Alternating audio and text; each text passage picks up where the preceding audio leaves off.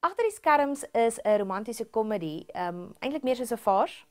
Dit speel af in 'n radiostasie, Kolskoot radiostasie 55.5 FM, en dit gaan oor wanneer daai knoppie gedruk word vir die musiek om gespeel te word. Wat in die ateljee en in die vervaardigershokkie gebeur.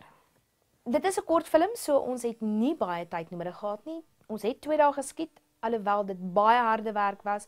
Ons het van 6:00 die oggend en tot seker 10:00 die aand geskiet en gewerk. Almal was gelukkig bereid om so hard te werk om hierdie 'n sukses te maak. Ons het glad nie probleme nie. Ek moet sê dit is een van die beste spanne waarmee jy saam kan werk.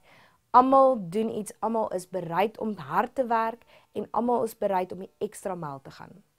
Ek is 'n baie trotse Afrikaner en ek hou van my taal.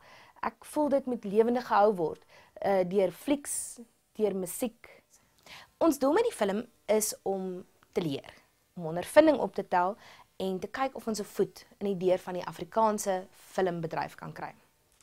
Ek en my besigheidsvernoot van Zedia Produksies, Lise Jacobs, doen dit saam. Ons speel baie goed by mekaar af, ons deel een breinsel, so dit werk goed. Daar is al idees rondom die film, as 'n paar konsepte wat ons wil gebruik, of op 'n opvolg van die film, dat hy net ook 'n kortfilm is en 'n opvolg. Ons kan kyk om dit 'n vollengte te maak en ons wil ook kyk om 'n verhoogstuk van dit te maak. En ons kort definitief 'n liedjie van Agter die skerms.